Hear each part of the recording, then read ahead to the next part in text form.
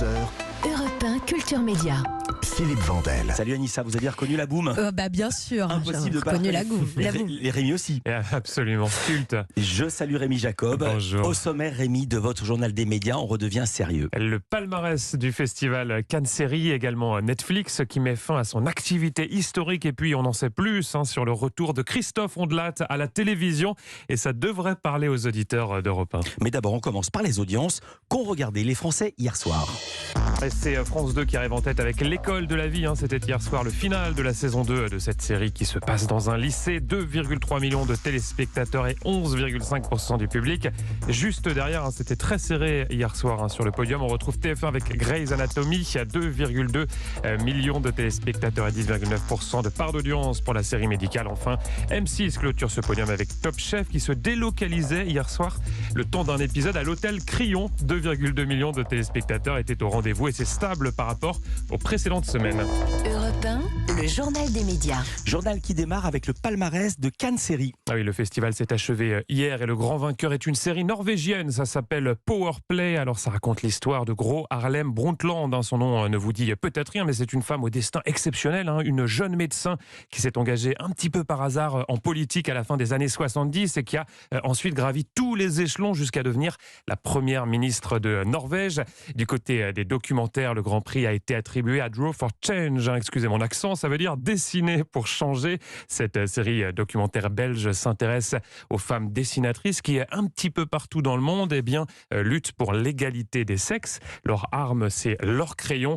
Et vous le savez, il y avait également cette année, pour la première fois, un prix européen du public. C'est vous qui avez choisi. Ah oui. Et oui, Anissa, sur vous en avez beaucoup europe1.fr, parlé. C'est Oui, vous, oui, les oui. auditeurs, Oui. pas vous Anissa. Non, mais c'est pas Anissa qui a choisi. j'ai quand même voté. Moi, Je suis sûr que vous avez voté. Et vous avez voté bien pour sûr. qui? Moi, j'avais voté pour les combattantes sur TF1. Et c'est le gagnant. Voilà. Ah, yes, super. Vous avez eu les mêmes goûts que nos auditeurs, Les Combattantes, série diffusée sur TF1 en septembre dernier, qui cartonne aujourd'hui sur Netflix, au casting Audrey Fleurot, Sophia Essaidi, Camille Lou et Julie Debona. Et c'est donc cette série qui a remporté le prix européen du public.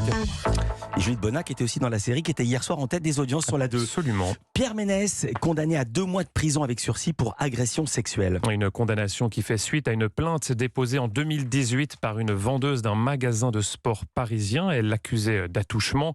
Le journaliste sportif a en revanche été relaxé pour des faits dénoncés par une seconde vendeuse de la même boutique.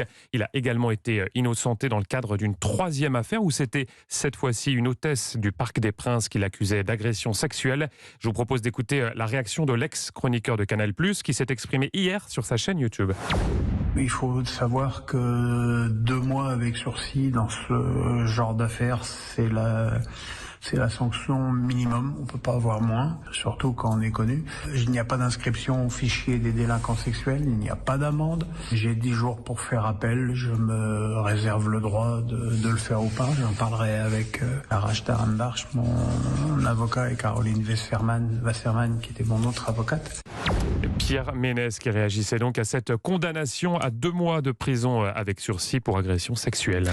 On reste au chapitre judiciaire. Magali Berda porte plainte contre Twitter. Et en cause les attaques répétées du rappeur Booba à son encontre sur le réseau social. La fondatrice de l'agence d'influenceurs Shona Evans estime que Twitter a une responsabilité.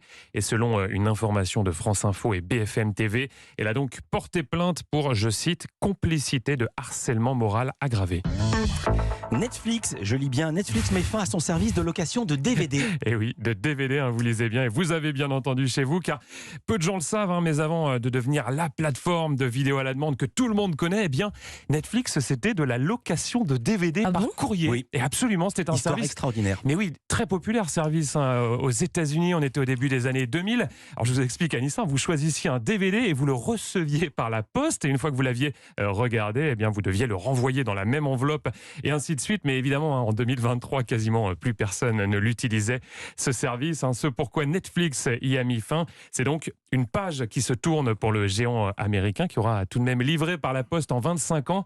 Écoutez bien, plus de 5 milliards de DVD aux Américains. Incroyable. Hier s'est achevé démarré le MIP TV, événement qui rassemblait les professionnels de l'audiovisuel. Oui, et ça se passait à Cannes, comme Cannes Série. Alors le MIP TV, c'est un grand marché où les chaînes du monde entier viennent repérer, flairer les formats et tendances qui marchent, notamment en matière de divertissement. Et nos confrères de Pure Média ont repéré ceux qui ont beaucoup fait parler cette année, notamment celui-ci. 10 Flamands partent à l'aventure, mais sans savoir où ils sont. Ils vont chercher quelle est la destination X. Destination X, c'est un format flamand, vous l'avez entendu. Le principe, c'est assez baroque. Vous avez des candidats de télé-réalité qui montent dans un bus et vous l'avez compris, ils ne savent pas du tout où ils vont. Alors, ils voient bien s'ils sont à la mer ou à la montagne, mais c'est tout. Ils ignorent le pays, ils ignorent la région.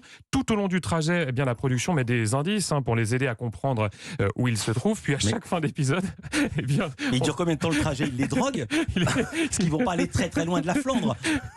Alors non, ça se passe en Europe, ça peut se passer en France, en Espagne, mais ils savent pas du tout où ils sont, ils ont juste ces indices. C'est génial. Et à la fin, à chaque fin d'épisode, on leur donne une carte, ils doivent mettre une croix là où ils pensent être. C'est celui qui est le plus loin qui est éliminé, et ainsi de suite. C'est très rigolo, ça s'appelle Destination X, mais pour l'instant, aucune chaîne française n'a acheté ce format. Vous avez dit pour l'instant. On en sait plus sur l'adaptation télé de l'émission de radio Ondelat raconte. Ah oui, une émission que vous connaissez bien, chers auditeurs d'Europe 1, c'est tous les jours sur notre antenne, du lundi au vendredi de 14h à 16h, c'est également au podcast, et ça cartonne. Et dès le 13 mai, ce programme de récit va débarquer à la télévision sur Canal+ Doc. Ça a été présenté à la presse hier et j'en ai profité pour demander à Christophe Ondelat de nous dire à quoi va ressembler cette déclinaison télé. On l'écoute, il est au micro d'Europe 1 Culture Média. C'est un récit chronologique d'une histoire dans lequel je suis le narrateur et dans lequel je suis, comme à la radio, tous les personnages. Mais pas les personnages déguisés avec un chapeau, non. Uniquement dans quelque chose d'assez neutre. Alors la différence de taille par rapport à la radio, c'est que c'est filmé, c'est le principe de la télévision. Oui, jusque-là, oui, c'est bon. Jusque-là, tout va bien. Alors on voit donc Christophe Ondelat dans un décor, mais attention, pas n'importe quel décor, puisqu'il s'agit d'un décor virtuel qui évolue au fur et à mesure du récit. Ça s'appuie sur une technologie très récente, ça n'est pas un fond vert, puisque quand il tourne, Christophe Ondelat, il a vraiment des écrans derrière lui, et on le voit passer par exemple d'une bibliothèque à une cellule de prison, puis à une salle d'audience. Alors est-ce que le fait d'être filmé change sa façon d'écrire les histoires? Je lui ai posé la question. L'écriture pour la télé a besoin d'être moins appuyée. À la radio, on a souvent affaire à des gens qui sont distraits, qui conduisent, qui parlent avec leurs enfants. À la télé, ils sont sur le canapé face à l'écran. Ça n'a rien à voir. Donc on peut avoir une écriture moins impliquée, moins rentrante. C'est la seule différence qui existe. À part ça, je fais les personnages, je fais les accents, je fais exactement les choses comme je le fais à la radio. Christophe Ondelat, donc toujours avec ses fameux accents dont il a le secret. Chaque épisode dure 26 minutes et est consacré à une grande affaire criminelle. Certaines sont très connues, comme l'affaire Landru ou Dominici, mais il y en a aussi qui ont été un petit peu moins explorées. C'est le cas de l'affaire Jacques Fesch, du nom de cet homme condamné à mort après avoir tué un policier. Extrait. Est-ce qu'on peut tuer d'un coup de revolver, et des décennies plus tard devenir un saint, un vrai saint de l'Église catholique? En principe, non. En pratique, oui. Cette histoire commence dans le quartier de la Bourse à Paris, un soir de février 1954, le 25 février. Il fait les accents, il fait aussi les bruitages. Entendu le pistolet? On s'y croyait. Et pour connaître la suite de cette histoire de l'affaire Jacques Fesch, il faudra donc attendre le 13 mai, date de lancement de ce nouveau programme sur Canal+ Doc. On salue Christophe Ondelat et je vous remercie Rémi Jacob. À demain pour un nouveau journal des médias.